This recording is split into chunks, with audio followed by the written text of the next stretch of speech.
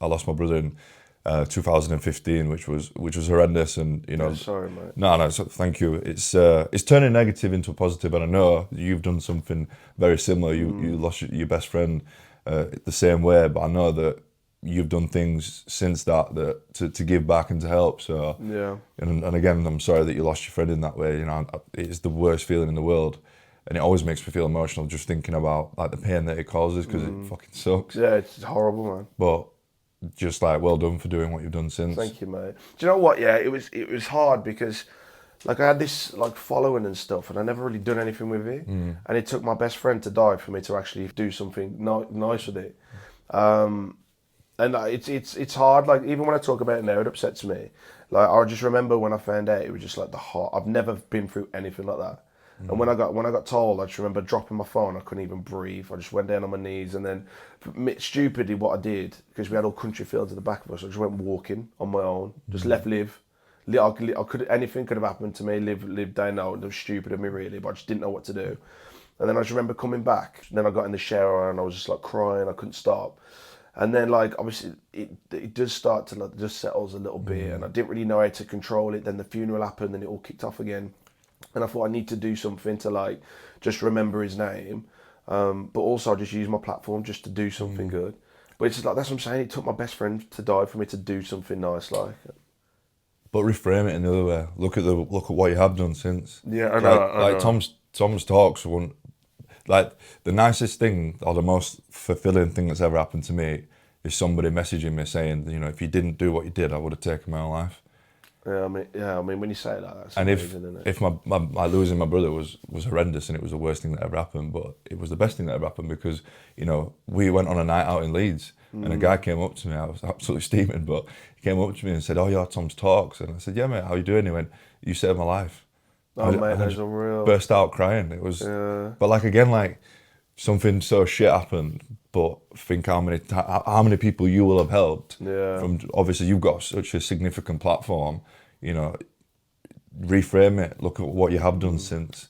Do you know what? I've never really thought about it like that. It's good to think about it. Yeah. Well, you just changed my perspective on it already. Yeah, it is, mate. Like I always think like, find the magic in every moment. As hard as it is, and like you say, like I'm trying my hardest not to cry when you're talking about the moment you lost your friend. All right, bro. It's all right.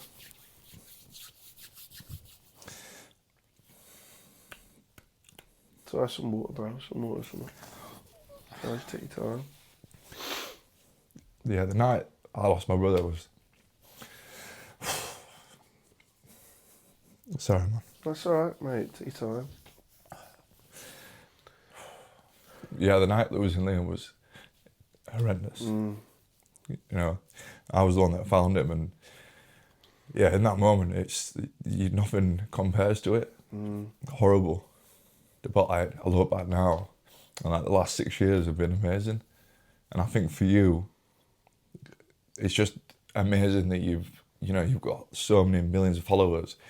You didn't let that opportunity go to waste, and you did something good with it. And that's why I wanted to come and have a conversation with you, because you're the only person that I know that has actually, not the only person, but you're one of the main people that I've followed for 10 years, and I've always really liked you, like who you are as a person. You've always been grounded and genuine and stuff like that.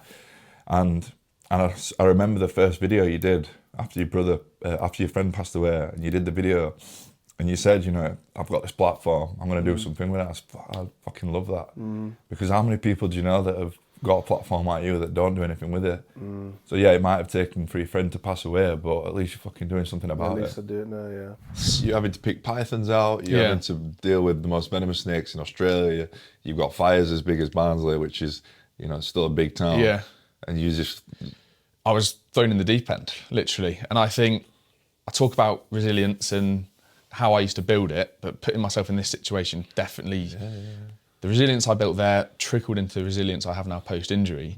But the thing I will say to people who are looking at farm work is that people see like Yellowstone and think cowboys, horses, drinking beer in bars, it's easy work. This was the most difficult, most intense work I've ever done in my life. Yes, I'm only 22, But 23 at the for a time. young age, for that Yeah. young though, again, even more so, like, Yeah. as you get older, you obviously get more life experience. Things Yeah. tend to, you adapt easier, but when you're only 22, 23, Yeah. that's a lot. Yeah, and I think I can compare it to anything else. So all what I was experiencing was new, and I thought this was the norm of it.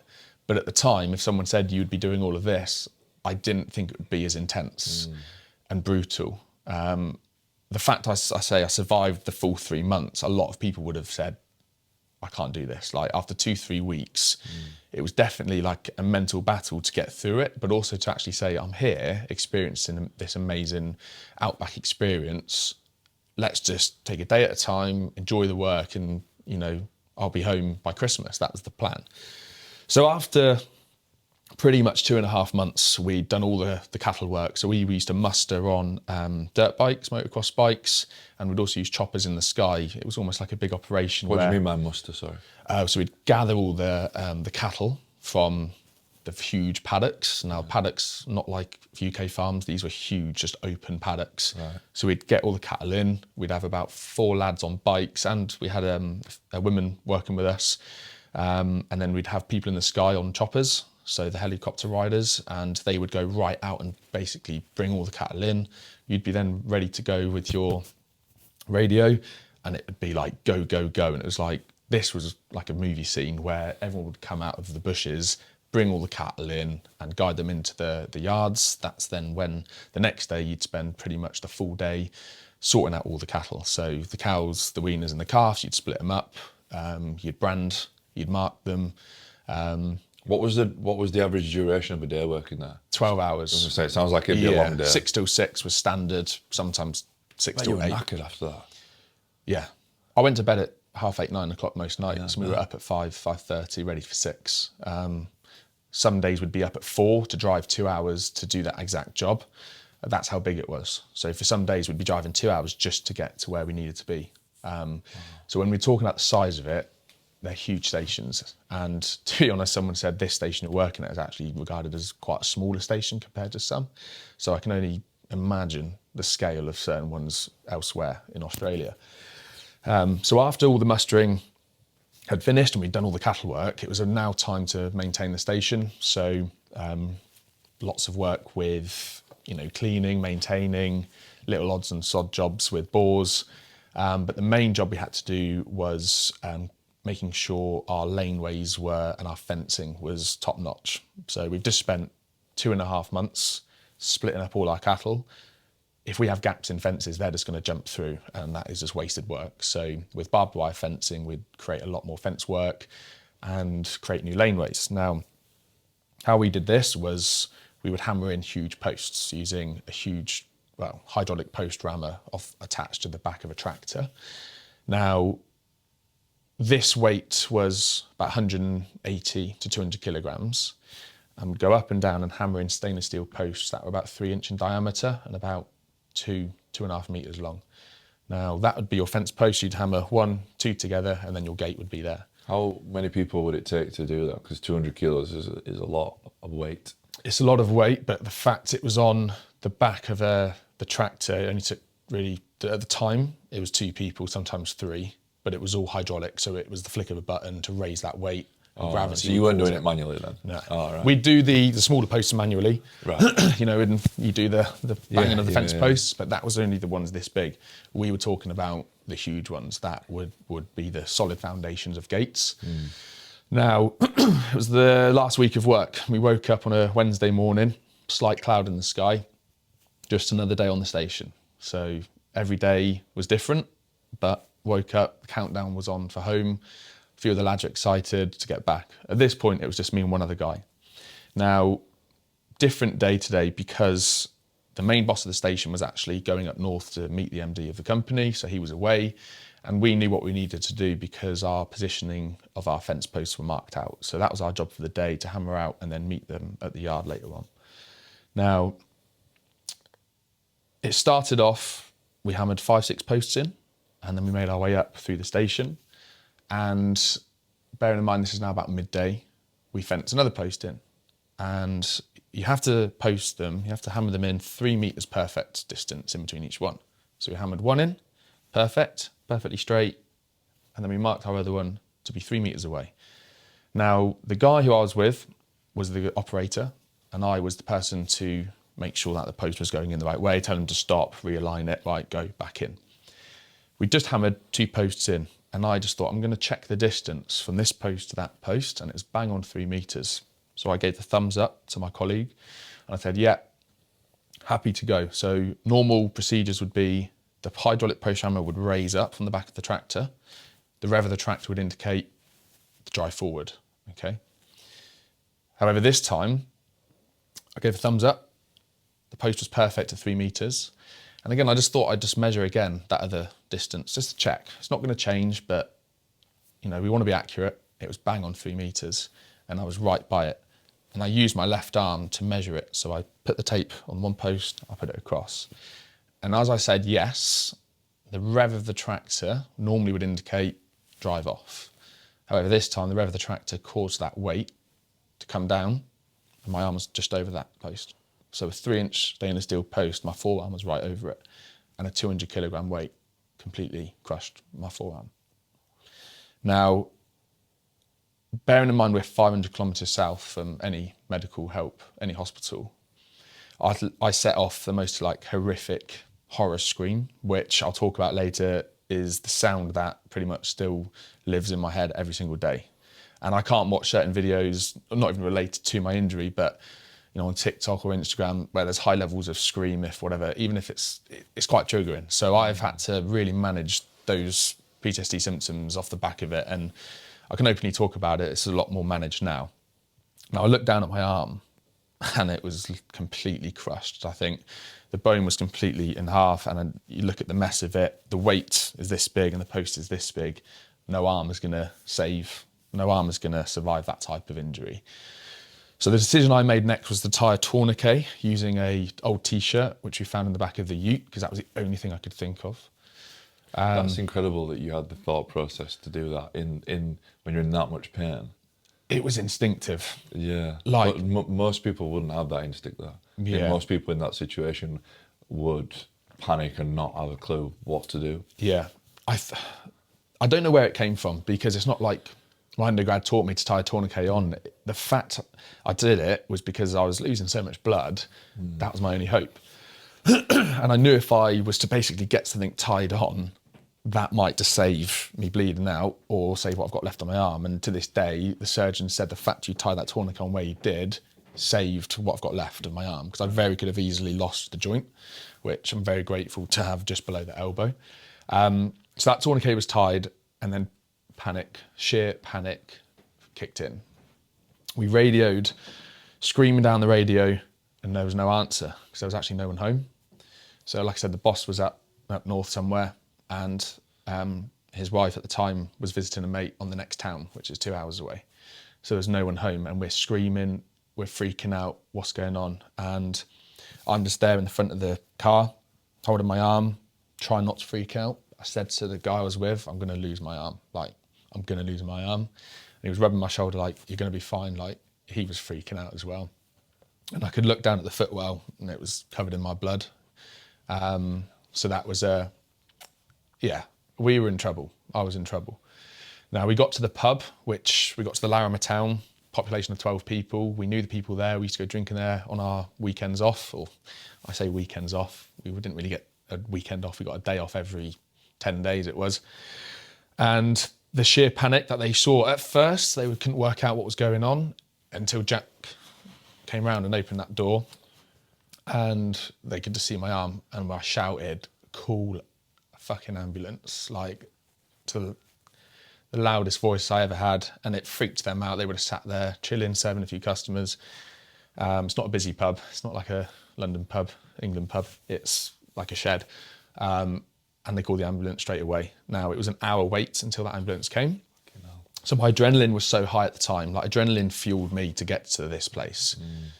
I was awake and conscious the whole time. I didn't pass out. And I truly believe it is only through the level of adrenaline that went through my body.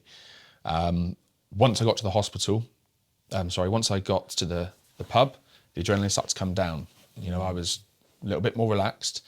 I actually indicated the first aids. I said, get a chair, I need my feet up, get me a pillow, and we need a better tourniquet because this is just a t-shirt right now. They then got a 12-inch screwdriver and a belt and just wrapped up as tight as they could. And I just remember the pain of that, the squeeze. It was horrendous. And because my adrenaline started to come down, the pain started to go up. What felt like ages was an hour, felt like longer. The ambulance finally arrived, and it was an old ambulance. It wasn't like St. John's. It was an old truck, basically, and the police had arrived, and they basically just threw me in the back, and we were up to the next town, which was, about 2 hours away. So you were in the car for 2 hours with your arm like that? I would say it was just maybe an hour and a half. We got to the next town, drugged up. I don't know what they put in me. And they said, you're going to go in a helicopter. We don't have enough time to drive you all the way to Darwin. We need to get you in a helicopter. So they called out the air ambulance, and that picked us up from the next town. Now, why couldn't the helicopter come and pick us up? Because it would have been a lot quicker, because it was tropical season. It was raining this day. There were storms in the sky. So they couldn't get to us. So we had to drive up. That was the quickest way. And now when we got to the next town, I was welcomed to the air doctors. And again, phone straight in. We flew up, and I thought, right, we're going to get to hospital now in 2-3 hours. We were flying for about an hour, and then we landed. And I said, are we at the hospital? And they said, no, we've had to land. We have to refuel. We haven't got enough fuel. Fucking hell. And then, I don't know how long that time period was. Then they said, we cannot take off because of the storm. Like, I was looking outside and it was lightning. So I thought, we're going to be here for God knows how long.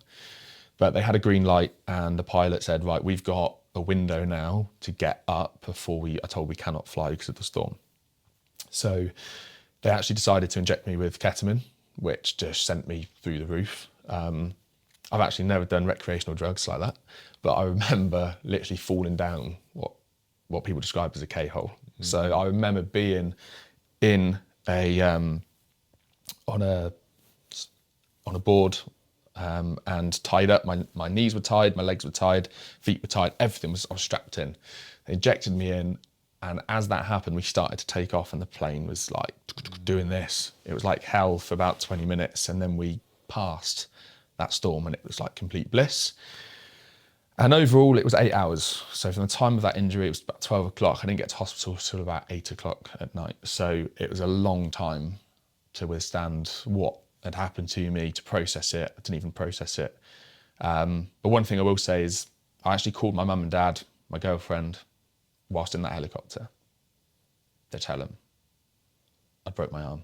I told them I broke my arm because I couldn't face the fact of telling them my arm's completely destroyed, it's going to be amputated. Was there any hope that it was going to be saved? Deep down, yes, for a split second, when I could feel my fingers moving in this arm. Turns out that was just my phantom limb already kicking in.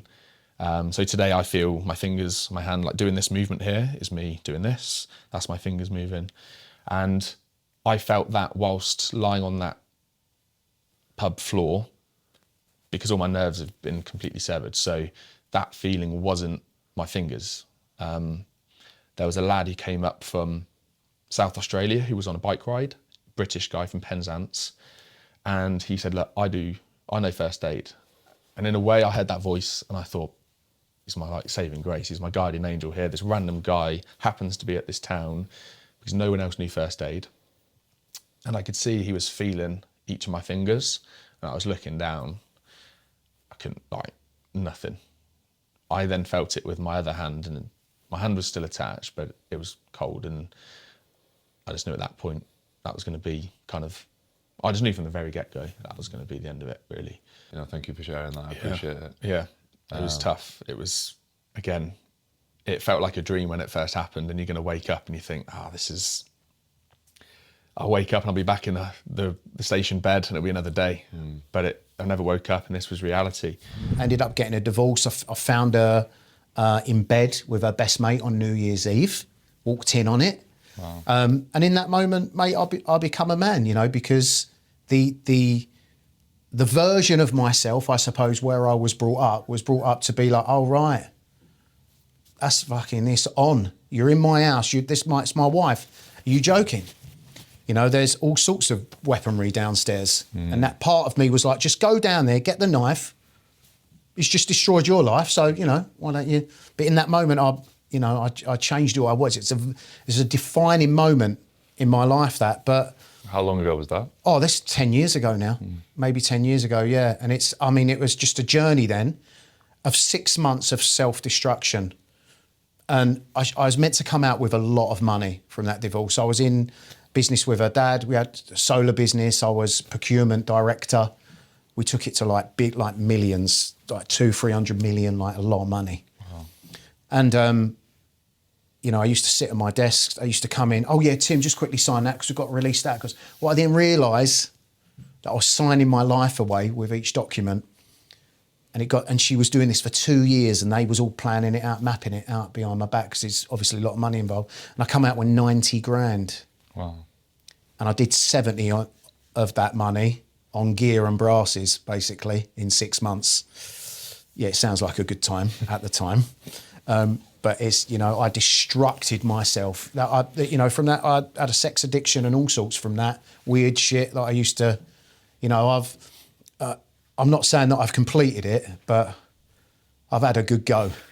I've had a good go at it. And I think, you know, now that gives me the ability to go to places where What do you not think many people can. from that moment of finding your wife in bed with her best friend and then coming out of the divorce? What do you think inside of you was it that had the impulse to do the coke? What was it that inside of you made you take those actions? It was relief from lack of control. Okay. So I can't control my wife being in bed with someone. That's out of my control. She's her own person, own human being, same as the fella. Yeah. And, you know, we do that when we haven't got control. When we haven't got certainty in our life and we've got uncertainty, we go on the hunt for certainty. No matter what that certainty is, it could be eating sweets, buying a new car, it could be going for a run. You know, there's ways that we create certainty that really propel us forward, but there's also things that we do when we're in a bad place that pull us back and you know, become a bit of an anchor. And at that time, I was in a mindset of depletion, of deficit, of loss, of trauma, of disrespect. And at that time, I thought that I'd lost everything, which I had, but everything material, really. But, you know, I suppose on reflection, yes, I'd lost the person that I loved. And at that time, everything that I was doing was just a crutch, something to lean on that I could go to just to get that quick fix fast. And then, as you know, you lean on something enough, it becomes you, and then you can't get out of it. And then before you know it, you're doing it every day, and the amounts go up, the money goes up, and it's fucking. You get to a really bad place, and that's when I went to take my own life. Really? And that was I'll never forget it. It was actually from. I mean, you mentioned something that on, not to plug, but it's on my podcast that's coming, a little snippet. Yeah. That's what that was from. I remember waking up and seeing all of that in my gated community. And I looked around, I was like, who the fuck am I? Who am I? Where's this Tim little boy gone? Like the nice kid, the one that wants to help everyone, always outgoing, having a laugh. Where's he gone? And I looked at all the gear and I was like, that's where he's gone. He's been immersed in that shit, and that's made him do this, and this. And my flat at that time, or apartment, it was a beautiful place. It looked like I bombed it. And I said to myself, right, I know what to sort me out. And this is the kid in me, a McFlurry, right? So I was like, well, I'm going to go and get a couple of McFlurries up the drive-through. All my cars had been taken at that time. I had a huge car collection that went. And I had one car left. It was a C63 AMG, the original 6-litre naturally aspirated one. I got in that car, went to McDonald's. Was this the night after? This is like 6 months down the line from seeing that. So I went on a destruction, mate. Yeah. I was like a bulldozer. I was going through everything and anything, and I just lost who I was. I had no limits, no boundaries, no self-respect. And if you met me, you would have probably thought that I was you know the word, because I was. And I pulled that visor down and I looked back at myself and I was like, this is not who you are. The state of the car and everything. And in that moment, I realised something. What I needed in that moment was just one thing. You all right, mate? That's all I needed. For anybody watching, the longer you wait to take accountability for the mistakes you make, you're robbing yourself of fucking happiness. You're robbing yourself of this feeling of pride. And I'm telling you, there's no better feeling of the pride and fulfillment that you can get. It's not about fucking happiness and things like that. That's vague. Happiness comes in short spurts, like your sadness, like your depression and things like that, like your anxiety and stuff like that. There's nothing worth having more than pride and like fulfillment and things like that. And the longer you fail to take accountability for the things that you've done in life and the mistakes you've made, put your fucking hands in the sky, be a man about it, be a woman about it, and say, right, I could have been better in this situation. Then you'll start living, then you'll start feeling a lot better about yourself, and you'll be confident going forward, knowing that no matter whatever comes my way, I'll be taking accountability for it. This is my story, it's nobody fucking else's. I'm no victim. Do you think your friend that you were just talking about, does he need to take accountability? No, what he's done. So for anybody watching who has got a lot of bad going on in their life, it might be addiction, it might be in a toxic relationship. When you remove something so big and detrimental out of your life, it leaves a void. Like everybody talks about eliminating things out of your life and this and that, but you've got to replace it. So let's say you've got 6 things. 4 of them are bad, 2 of them are good. You take 2 of the bad ones out, there's still a gap there of 2 things that you need to put in, whether you can't, because then you sat and you're resting and you're idle. Do you know what I mean? What did he say? Is it idle hands is a devil's workshop? So if you take like all the badness out of your life, then there's nothing there. Like there was a time in my life, if you'd have took the party and if you'd have took the weekends going out scrapping with the boys, if you'd have took the fucking, all the wrong shit out of my life, I would have panicked because there was nothing there. That's what I'm saying about chase fulfillment. Put things in your life, make your schedule like full of things that feed you. Do you know what I mean? Because if you take all the bad things, if you take all your bad habits away, there's just a gap. It's an empty life, and I think that's what he's suffering from now, is an empty life. So I'd encourage him to fill it with things that are positive, things that are going to benefit his kids, and because he's a father and stuff. You spoke about morning routine. Obviously, I'm somebody that's massive on habits and routines and systems and mindset. If you was gonna, for example, if he was a client of yours and he came to you asking for help, what sort of habits and routines would you suggest to him in order to get him out of this depression, get him out of this place, and help him, get back to where he wanted to be? Well, see, everybody's got a different get-up time. Everybody's job starts different. Everybody's thinking, but everybody, no matter who you are, no matter what you fucking do for a living, you can get up earlier. You can get up an hour earlier. And in that morning, in that hour, a lot of people make the mistake of, if they start work at 7, they're getting up at 6:30. They're flying out the door, boom, boom, boom, you're rushing and ready. You've not given yourself time. You've not even given your coffee time to fucking kick in. Do you know what I mean? You've not set your intentions for the day, and you're wondering why you're just trying to wing it every day. You're wondering why you're bumping into people and like having like road rage and things like that, because you're rushing. Take the 24 hours, which is a gift every single day, and take some hours out of that fucking day to get your mind right and get your frequency on point so you can fucking be of service and help people, and you'll find your life improve drastically. I feel like a fucking lunatic when I'm up at so if I get up at 4:30 is my new get up time. So if I get up at 4:30, I spend an hour hydrating, get caffeine in me, reading positive things. I've just started journaling a tiny little bit, watching positive things, getting my mind right. Before I've had my fucking morning shit, I've set up the fucking intentions for the day. Then by the time it's 5:30 and I'm in the shop and I'm out in the car, I'm vibing so high. The music that comes on the stereo, I'm driving down the road and I'm like rocking on the steering wheel, singing my fucking heart out. Never going to be a singer, by the way, but I give it a good fucking go, and I'm vibing so high and I'm laughing my head off, and I'm just so grateful in that moment. And I'm driving past people's houses and I think, yous are all fucking sleeping while I'm going to put the work in, and that makes me feel like not that I'm better than them, but that I'm putting a better effort in. Yeah, you're putting the work in. I'm putting the work in, and that empowers me. So by the time people are rolling in and doing whatever they're doing, I've already been up, I've prayed, I've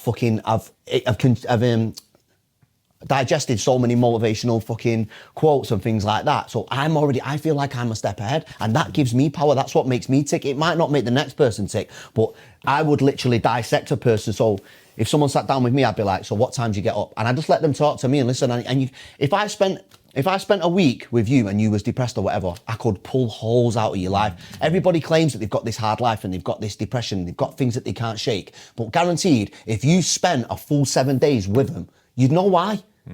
You'd know why. Do you know what I mean? You'd be able to pull the fucking routine apart and be like, what are you doing that? What are you doing eating that? Why are you going there? Why are you talking to them? Do you know what I mean? You'd be able to rip someone's life to pieces, and that's what you do as a coach. You literally, like, as a lifestyle coach, you just literally, the first call is you listening to them tell you how much they fuck up in a week.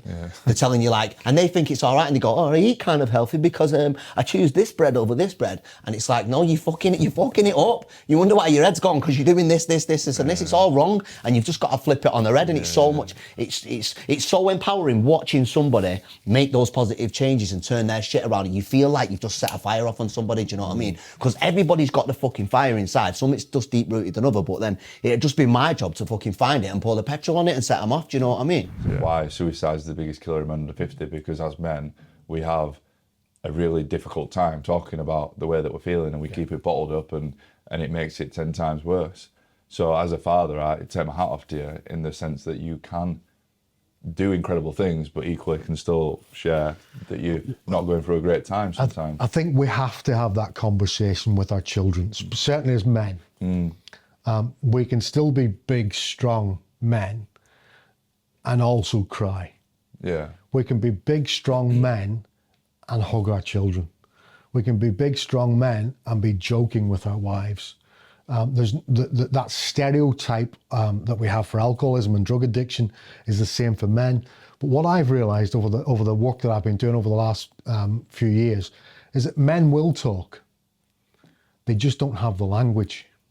So we have to teach them the language. Can you give me an example of what you mean? So if you sit in a room with a group of men and you're vulnerable, you will sit in a room of 10 men and you sit and talk about football, all 10 will talk about football. Even the men that don't like football. If you sit and talk about your mental health in a room of 10 men, at least 2 or 3 will join you. If you show them how to do it, if you show them how to speak, if you show them how to say, do you know what, I wanted to kill myself last week. If you do it one-on-one, it won't work. So I'll give you an example of that one. I was in the gym a couple of years ago and I was suicidal. And one of the lads came in to me, it was just after my mum died, he says, how are you doing? I says, I'm finishing my gym session. I'm going to go up the train station, I'm going to throw myself in front of a train. Wow. And I was that serious, that's how it was. And he just laughed at me. He went, ha. All right, Tom, see you later, mate. Have a good day. I did it in the sauna later on. I was in the sauna and I had a conversation. There was 4 men in the sauna. And I said, how are you? I said, I'm really down. I really am down. And I am considering going to the train station after this. I'm going to go and kill myself. I've made plans, everything's sorted. You know, everything will be okay. The better off will help me. And of those 4 men, 2 of them stopped behind and made sure I went for a coffee with them after training. So if you do it one-on-one, you get no response. Why do you think that is? I think that men are scared to do it one-on-one. They're scared of that vulnerability. In a group setting, we're group people. You look at the football match, if somebody starts screaming something like a football match, the other men join in. If somebody's up for something in a boxing match, everyone's in. One-on-one, you don't get Do you think that. there's an element of, say, the person when you just finish your set, do you think he maybe thought, I don't know what to say?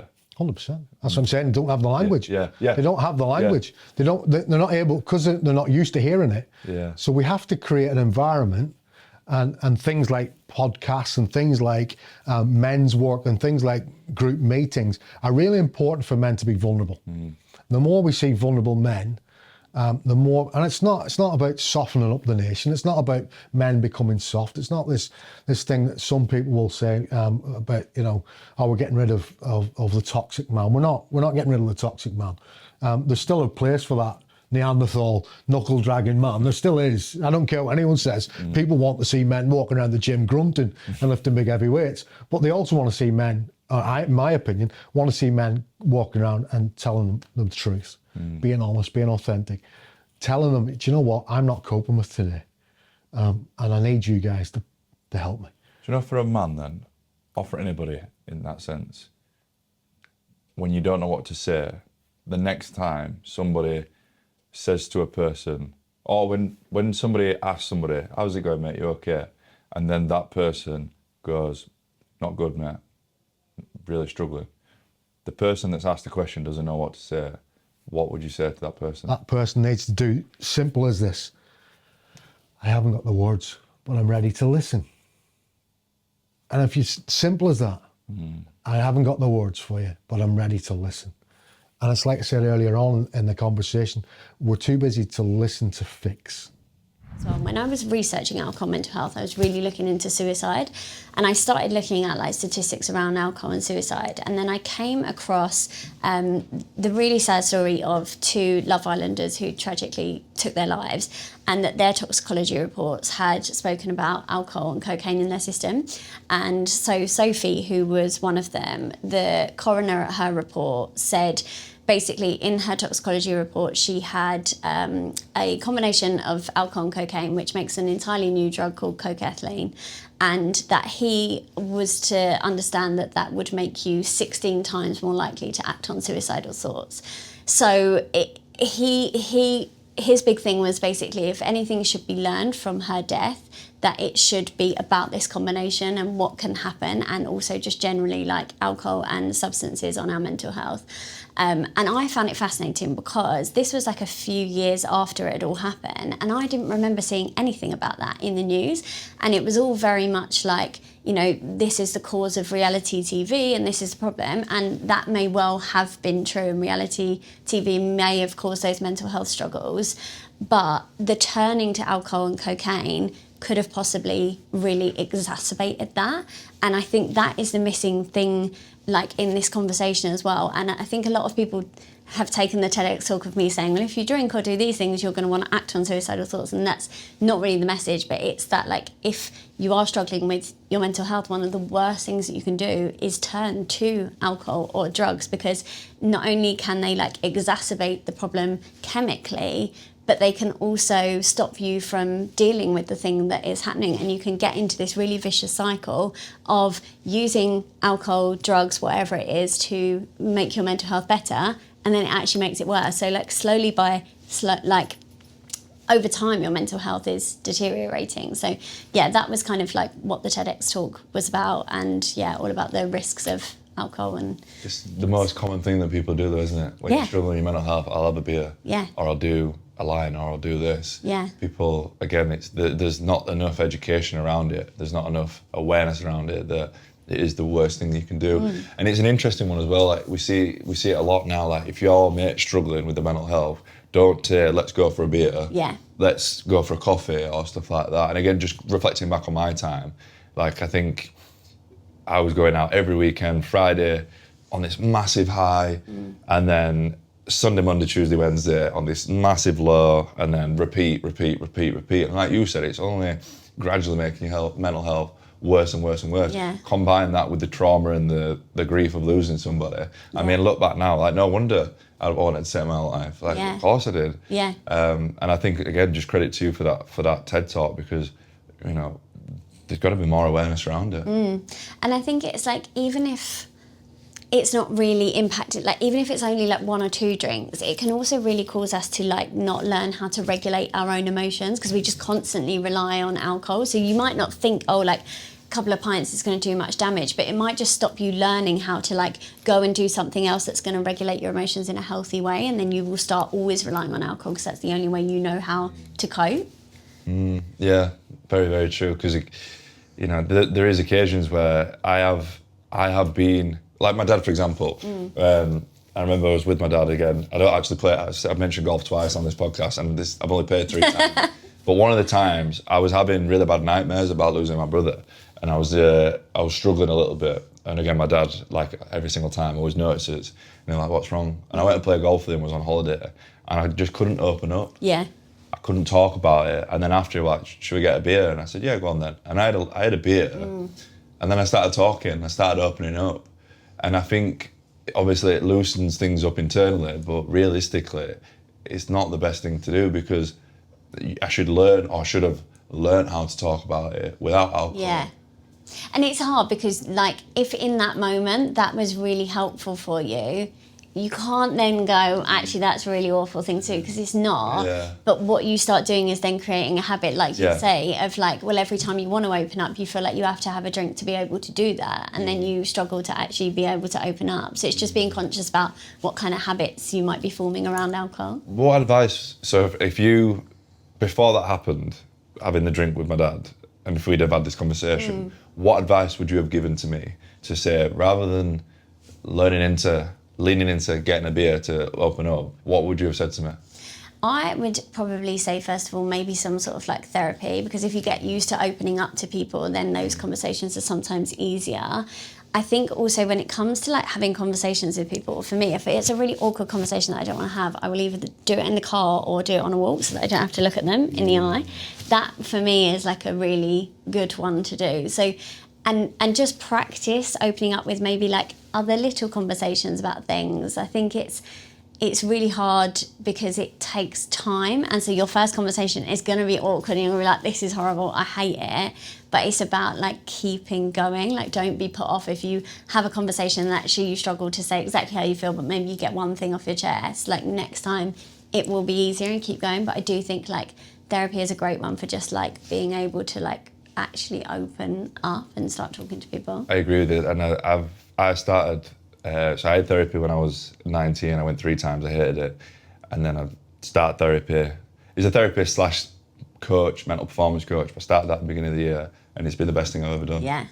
It's been absolutely life changing. Yeah. I can't credit the guy enough. It's been And amazing. it depends on who you get. I think that's a big thing, because I know people have been like, oh, I've done therapy, it was awful. And I was like, did you like your therapist? And they were like, no. And I was like, no, it's not all therapy is equal. Like, you have to keep going. And it might not be, like you say, therapy. It might be that you go to a coach. Like, if you're not comfortable with saying, oh, I go to the therapist, like maybe you want to try something else. Like, there's so many directions and avenues that you can take. It's an interesting when you said that, because I remember my mum said the exact same thing after my brother passed. She was like, I just didn't get on with my therapist.